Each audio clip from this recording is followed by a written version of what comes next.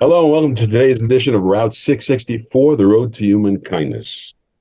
And that road sometimes leads to strange places people like to explore. And I have the pleasure of being joined today by a real explorer, an author, and a financial guru. My guest today is David Rosell. David, how are you? Oh, I'm doing great, Les. It's a pleasure to be on your show. Good to have you.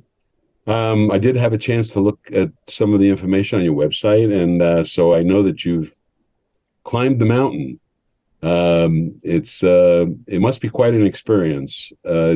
Your heart rate and your gasping for oxygen while you're doing something that you actually love, I guess. Yeah. I use a lot of my memories from climbing in the Himalayas and reaching the fragile risk zone to explain the fragile risk zone in retirement. Years ago, I had an opportunity to meet a gentleman named Ed Viesturs. And Ed is the greatest mountaineer that has ever walked the planet Earth. He has summited Mount Everest 7 times successfully without supplemental oxygen. Wow.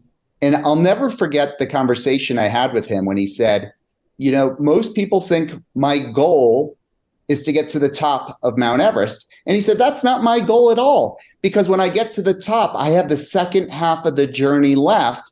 And 80% of the accidents and the deaths happen on the descent. So he said it's the second half of his journey that takes on the most amount of risks and needs the most amount of planning.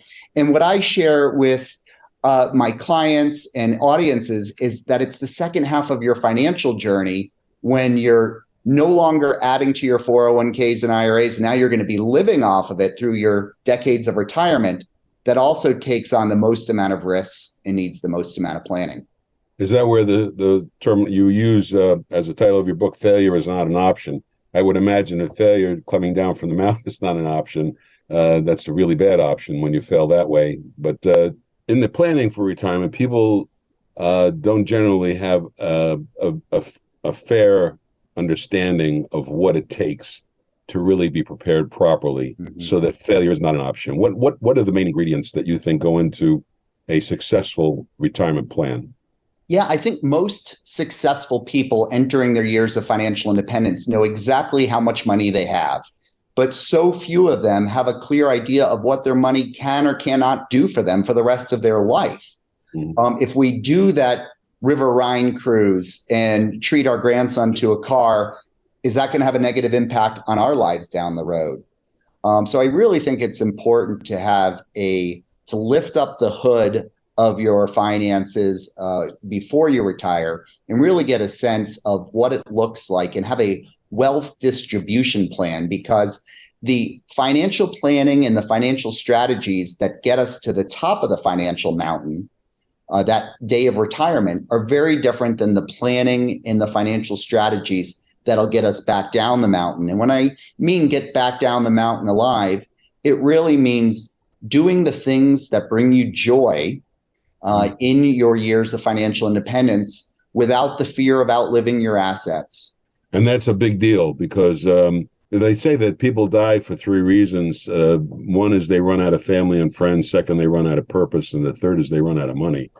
And a lot of people actually do time their lives in some ways to when they think they're going to run out of money. It's kind of a sad commentary, but I believe that it's a major anxiety for most people. How can they be assured that what they're doing is not going to be destructive to their future?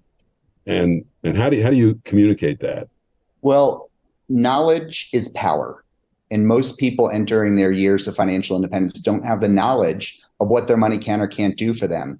So rather than have a financial plan and have a set it and forget it approach that gets updated if there's a death or divorce, when you're in the distribution phase, and referring back to the idea that failure is not an option, this has to be a plan that's updated each and every year, because the economy's throwing us curveballs, the markets are throwing us curveballs, and our clients are. All of a sudden, they're moving from Oregon to Arizona, and the house costs different, and they all of a sudden want to help out their grandchildren with college education. So knowledge is power, and staying on top of the plan is imperative.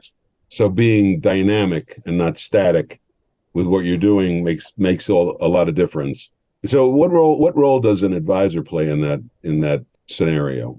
How does an advisor like yourself maintain that kind of contact with their clients and reinforce that? Yeah, that's a very powerful question. My answer to that is that most people refer to their advisor as their financial advisor. And in Mhm. most cases, that person is guiding them and doing a good job with their investments. And that is incredibly important because the investments need to hit a certain rate of return to live the life you've imagined. But that is different than a true advisor. A true financial advisor is talking about life and death and marriage and divorce and caring for elderly parents that you might have financially while you're helping your adult children financially. It's Mhm. going above numbers and realizing that we're in the people business more than the numbers business. That is where the planning comes in. Asking questions like, hey, Les, what's important about money to you? Mhm. Peeling off the layers of the onion and realizing at the end of the day, there's a few things that are really important to everyone in regards to money. It's security, it's safety, and it's its association to freedom, the freedom to spend money. Our concept is to endow America using the social security devices, which are the charitable planning tools that are in the tax code. We use those because they are unlimited and they allow the individual to build as large an endowment as they want. And the formula that we have is 664 equals E squared, where E is endowment. And I was talking about it earlier today with a client, potential donor, and that donor was he wasn't familiar with endowment in terms of himself. But aren't you really creating an endowment? Aren't you creating the endowment for the individual when you're doing this kind of planning? Their endowment has to be permanent. It has to be protected and so on. So how do they look at that? Well, I love your messaging and I love the name, the road to human kindness. I could talk all about kindness and the importance in today's world on that. Every one of our clients is different. So we have some clients that say, we have put our kids through college, we married and paid for our daughter's weddings. We want to bounce our last paycheck, and there's nothing wrong with that. And then we'll have the other extreme that say, our children are living in a different world. The cost of education today with our grandchildren. Not only do we want to pay for the education, but we want to make sure we're leaving X amount of dollars to our family. And there's a nonprofit that's near and dear to our hearts that we Mhm. also want to help. And that's a lot of fun. That's where your expertise comes in, where the expertise of our team working with their estate planners, their CPAs, and we being their financial advisors come in. And there's so many creative ways to create things to hopefully get the end result that the client is looking for. And the beauty of it is that if you can do it using the tax dollars, that's even better. When you can redirect dollars from Uncle Sam to the place where you want them to go, that's a good deal. And unfortunately, a lot of people are not familiar with that, which is the reason why we're doing what we're doing, trying to brand 664, just like a 401k or a 529. People know what those numbers are, but 664 is not known as well, and we want to get it to be well known. So your other book, which is Keep Climbing, the Correct. uh, tell me a little bit about that aspect of what are you driving at when you're talking about keep climbing? Yeah. So Failure is Not an Option was the first book, and it is really helping people with the second half of their financial journey and sharing the 8 risks that every successful person will face as they plan for and enter retirement. Hmm. And the goal was to take a very heavy subject matter, the things we're talking about today, and add levity to it and make the first financial planning book that's actually fun to read. And the way I did that was meshing true life adventure stories in every chapter that then bleeds and leads into a financial lesson. And so many readers said, we enjoyed this book for us in retirement, but we're looking for a book for our children and grandchildren so they can learn how to climb the mountain and make it enjoyable. So that's when I took that to heart and came up with Keep Climbing, a millennial's guide to financial planning, and made it a little edgier and added a lot of fun stories and really are teaching younger people the lessons that you and I never learned in school. We had to go out on our own and find it. Mm-hmm. The power of compound interest, which Einstein called the eighth wonder of the world, the law of 72, in learning that if your goal in life is to be independent of the paycheck one day, you truly don't need to do anything extraordinary. We only need to do some ordinary things, but do those ordinary things extraordinarily well. So tell me a little bit about what are those ordinary things? Not living on 100 to 120% of your paycheck. You mean like the government? Well said. Well said, Yeah. Les. It's about paying yourself first. We pay our rent or our mortgage, the utilities first. The first entity that needs to be paid systematically every single month is you. And just like you're helping your listeners with taxes and making sure that Uncle Sam doesn't become the number one beneficiary, the way to accumulate wealth and be independent of the paycheck is making sure you're taking a portion of your income, funding it into qualified retirement accounts, which give you a tax break now. It grows tax deferred. And if you do those ordinary things extraordinarily well, it's amazing what happens. And then you add in, as you accumulate wealth, the strategies that you share with your clients, maybe buy some investable real estate. And it's about almost failing your way to success, figuring it out as you go along. One of the problems that we see a lot of is that there's, for people who have really gotten successful and earning quite a bit of money, have a hard time actually matching that with the qualified plans that they're familiar with. That's one of the reasons why we have brought out 664, because, I mean, the theory would be, at least as I see it, if I want to retire, I would like to have the same exact income that I had prior to my retirement the day after I retire. And that way I don't have to make any changes in what I'm doing and start to cut back to say, well, I need to save my money so I can go further. But it's really hard to accumulate that kind of capital without some other tax-favored device, which that's why we are using the 664, because they're unlimited. And they also allow people to use non-cash assets, which is a major benefit as well, which you were alluding to, where you can avoid the taxes on those transactions. That makes it much more valuable. And even more valuable when it's appreciated assets that you would have to pay cap gains on, and you donate that into, say, a charitable remainder trust, and you avoid those gains. Correct. And you get a tax deduction, which helps you reduce your income tax in the future as well. So you get quite a bit of benefit from using those devices. Do you work, do you find that advisors, are you counseling other advisors? Are you mentoring other advisors, or are you just working with the public? Both. I speak around the country. I speak to other advisors through the $1 Million Roundtable. And I speak to a group quite often called Vistage. I don't know if you're familiar with Vistage. No. But it's there's hundreds of Vistage organizations around the country, and it's really groups of CEOs from small to medium-sized companies that gather together because it's lonely at the top, and it's hard for people to show their vulnerability with the staff underneath them. So they get together in round tables, and every month when they get together, they bring in a speaker on different topics. And using them as an example, what's interesting is I find that these CEOs and any business owner focuses so much time and effort on the finances of their company, but lack the focus, the time, the energy to do the same for their own personal financial families. And so that's the message that I give and share at their stage of life, the risks that they face, not to scare them, but to inform them, and then share some ideas of how they can overcome those risks. So tell me, you mentioned that there were 12 risks. Is that what you said? 8 risks?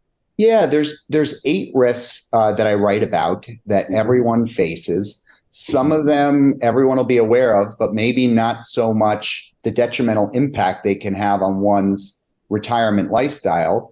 One of them, for example, is inflation. And inflation is number one hot topic in the news and on people's mind. I mean, you just go out to a restaurant or grocery store. Yeah, no question. Yeah. But at the end of the day, even though inflation was as high as 9%, a 41-year high last year, it dropped to 6%. Now it's getting closer to 4% as the Fed has raised interest rates.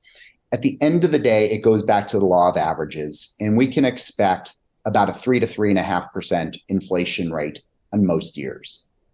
And you go, no big deal. So if I'm living on $100,000 this year, next year I need $103,500. But mathematically, Les, over the course of 20 years, mathematically, the cost of living doubles.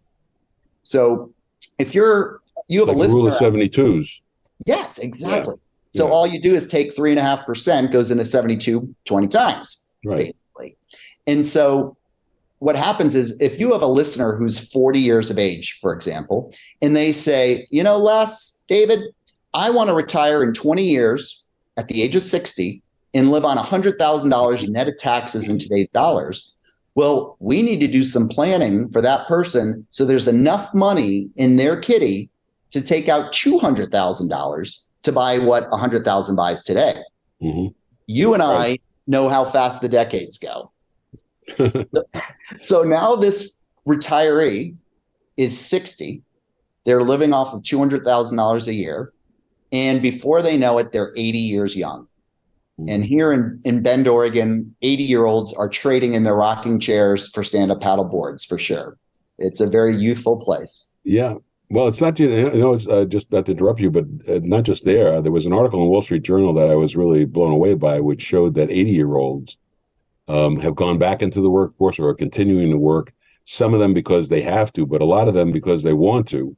And that, I think that's a very important trend that's going to be continuing. I think inflation has a lot to do with that. People who are on fixed income or had set up themselves to be able to handle a 3% inflation now are dealing with a 9% inflation, and they came to realize that that's not going to work. That they got to do something in addition to that if they want to live, and they don't want to die because they run out of money. That's a big deal. My guess is, I'm sorry, Mike. My guest is David Rosell, and this is a great opportunity for you to listen to somebody who has written some very great books that you need to purchase, because they will help you get through this question of how to focus on what your retirement goals are, how to do it in a systematic way, and also how to enjoy the process of reaching retirement, so that that the challenge is not overwhelmed by the complexity of it. So, David, one final question. I wanted to just get an idea from your perspective of the world as it is today, the financial world as it is today. What is going to be the biggest issue going forward for people who want to maintain their lifestyle, other than inflation? Because I think inflation is going to go away at some point. What is the biggest obstacle that people will have to deal with? I'm going to say the biggest obstacle that people have to deal with is themselves. The reason I say this is money is so emotional. Yeah. It's emotional when you're earning it, and it's 5 times more emotional when you're losing it, even if it's only a paper loss. And give you an example. In March of 2020, that was the month that the reality that there is a global pandemic that is smack dab hitting us in our forehead. And it turned the world upside down, obviously. And based on fear, FEAR, false evidence appearing real, millions and millions. You like that? That's very good. Yeah. Okay. And millions of Americans sold out of their retirement accounts because of the 4 most expensive words in the English language. This time is different. Every time is different. Never before in our lifetime have we had a global pandemic. This time is different. We've never seen this. I am going into cash. The stock market dropped 34% in a course of 1 week.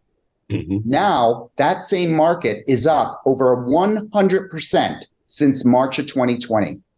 And those people have to pay 100% premium just to get back in where they left off. And so what I want to say is it's not timing the market, because you have to be lucky twice, when to get out and when to get in. That almost never happens. It's not timing the market, it's time in the market.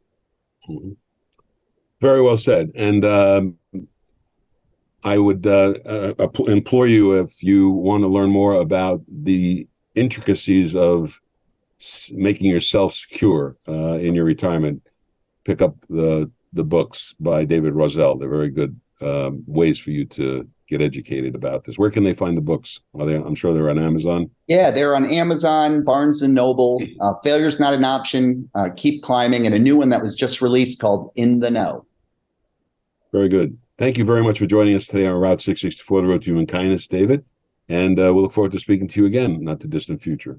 Les, such a pleasure to be on your show. Thanks for having me today. You bet. Thanks. Do you suffer from high cholesterol, headaches, anxiety, depression, sleep disorders, hormone imbalances, ADHD, or any other condition that's disrupting your quality of life? With the Body Chem program, you can feel better than you have in years. We'll test you for nutritional and chemical imbalances and design a specific dietary plan for your individual needs. Everything we do is natural, and you won't be subjected to invasive procedures and harsh pharmaceuticals. When you're healthy, you're happy. Why wait? Call today. We've got best-selling authors. You are going to start to uncover all the layers that are covering your genius. And some of the world's top leadership experts. We have structured a mastermind program that is very unusual and it is very powerful. Robin Sharma at noon. Your creativity will soar, your productivity will be epic, your impact will be legendary, you will be the best in the business, and you will not only achieve remarkable things, but you're going to feel sunsets. You'll feel a connection to people. You'll feel for what's going on in the world, and that will make you a world changer in your own unique way. Robin Sharma at noon at 4 p.m. It's a Blaine Bartlett. exploration of what it takes to be a highly effective leader in today's fast-changing environment. Best-selling author, executive, and leadership coach. And if you've been liking what you've been listening to on the Soul of Business podcasts, how does one become a leader that can keep connection to the soul of business? Blaine Bartlett at 4 p.m. Look forward to seeing you there. At Route664.org. This is Route 664 Radio. Hey folks, it's Charity here. It's time for our weekly powwow. Have you had enough? Have you had enough of all the fighting, the bickering? Really? Really?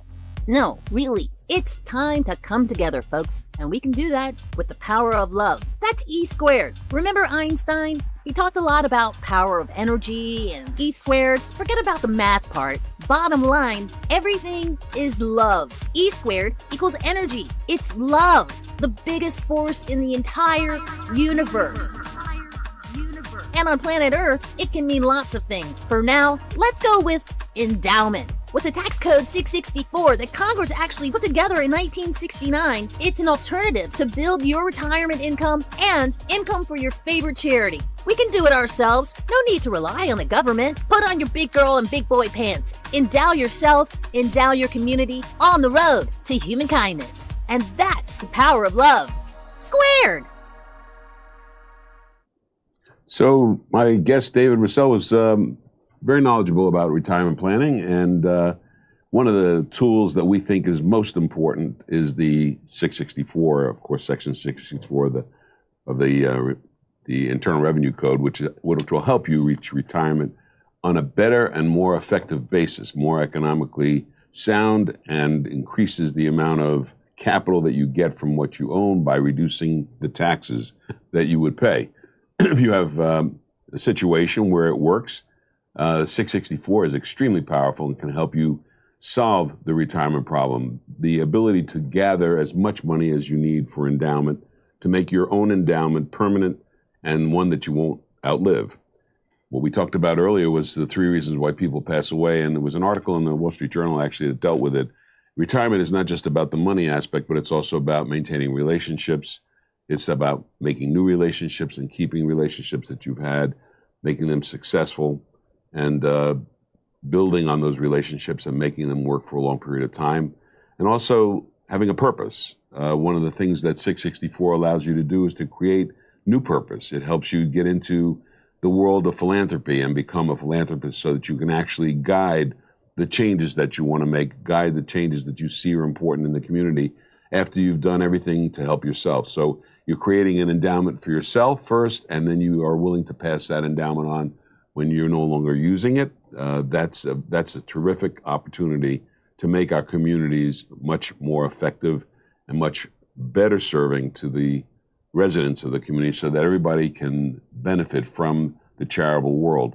The charitable world was how everything was established. It was never intended for government to be the one to take care of you. And we have to get out of that mold. We have to get out of the potential for government to be so involved that we have to rely on government to do things. There's no reason why every single community can't have enough endowment to endow a hospital, to endow a senior care facility, to endow childcare, to take care of the needs of the community as the community needs arise. And what better way to do that than from the community itself? So one of the questions that's always asked of me is, when do I know that a 664 is appropriate for my situation? So there are 10 times, and I'm going to go through the 10 times rather quickly, and then we'll dive deeper into a couple of them. The first is if you have, of course, charitable intent. You need to have charitable intent. You need to express a desire to give. You want to help the community. You want to help make things better. You want to create human kindness. You want to foster human kindness. You want to teach human kindness to your children and generations to come. There is charitable intent in your heart. Now, if you have highly appreciated assets, it makes that charitable intent valuable. When you have appreciated assets and you have capital gains tax that may have to be paid, you can avoid that capital gains tax on any transaction. You can avoid that capital gains tax at the time that you make the sale of real estate. You can make that capital gains tax disappear in case you're going through business succession planning, whether you're dealing with a stock portfolio that has capital gains. All of that can be dealt with using a 664 and help you eliminate the taxes in that transaction. When you eliminate the taxes in the transaction, it makes more for you. You have more income, you have more to invest, you have more to gain from by not having to pay that tax. So if you have capital appreciated assets that are highly appreciated with a low yield, where you want to change the yield from a smaller yield to a bigger yield because you need it for income purposes, that's one of the times that you would use a 664. Let's assume also that you've topped out your pension plan or your IRA or your any other device that you're using that's a qualified device that the government has given us for retirement purposes. As we talked about with Dave Rosell, they're limited. You can only put so much into them. Your employer can only put so much into them. You can only pay so much into Social Security. There's only so much you can put into a Roth IRA or a regular IRA. And because there's a limitation on that, it's very hard to get it built to the point where you need the size of the endowment to be able to retire on so that you don't have to make drastic changes in your lifestyle once you stop working. And we don't think you should ever stop working. We think you should be able to transition to other work that you'd like to do, what we call your genius. If you can do that and you can be supported during your remainder of your life after your work life, if you've worked at your genius your whole time, it's great. Then just continue doing that. But you still need to have a resource to pay you what you need to live on. So if you have topped out your qualified plans and you need to find a way to increase the amount of retirement income that you can get, you can use a 664 for that purpose as well. Another area that this can help you in is if you want to invest in a tax-free environment. When you create a 664, you can build your assets in that 664 without tax. And that's a tremendous benefit. Einstein said that the most powerful things are time and compound interest. And if you can compound interest over time without taxes, that's an increase in the value of the assets that you're accumulating, and that helps you reach your endowment goal on a much faster basis. So let's assume that you have an income stream that you want to turn into a tax-favored income stream, where you want to reduce the taxes on that paid to you over a lifetime. And that can be done by converting, for example, a 401k to a 401k Roth, or converting an IRA to a Roth IRA. Those are ways to change your income taxable to non-taxable income. And you can do that by creating tax deductions to offset the transition from a regular 401k to a Roth 401k. Anytime you convert from a non-Roth to a Roth, you're going through a tax barrier. And if you can eliminate that tax by doing another transaction to offset that, that's one of the things that you can do to create a tax-favored income stream. Another is to retain an appreciated asset in the family. This can be done using in business succession planning, you can use a 664 as a means to transfer stock to another entity and then create that to go to your children. This is Route 664, the road to human kindness. And now a word or two from our radio station. You ever just want to tune out the world and relax? Then you've come to the right place. At Route664.org, we've got great music that will keep you entertained for hours and uplifting conversation that will make you feel good about yourself and the world. So come on in and take a load off. We won't judge here. Route664.org. Do you suffer from high cholesterol, headaches, anxiety, depression, sleep disorders, hormone imbalances, ADHD, or any other condition that's disrupting your quality of life? With the Body Chem program, you can feel better than you have in years. We'll test you for nutritional and chemical imbalances and design a specific dietary plan for your individual needs. Everything we do is natural, and you won't be subjected to invasive procedures and harsh pharmaceuticals. When you're healthy, you're happy. Why wait? Call today. We've got best-selling authors. You are going to start to uncover all the layers that are covering your genius. And some of the world's top leadership experts. We have structured a mastermind program that is very unusual and it is very powerful.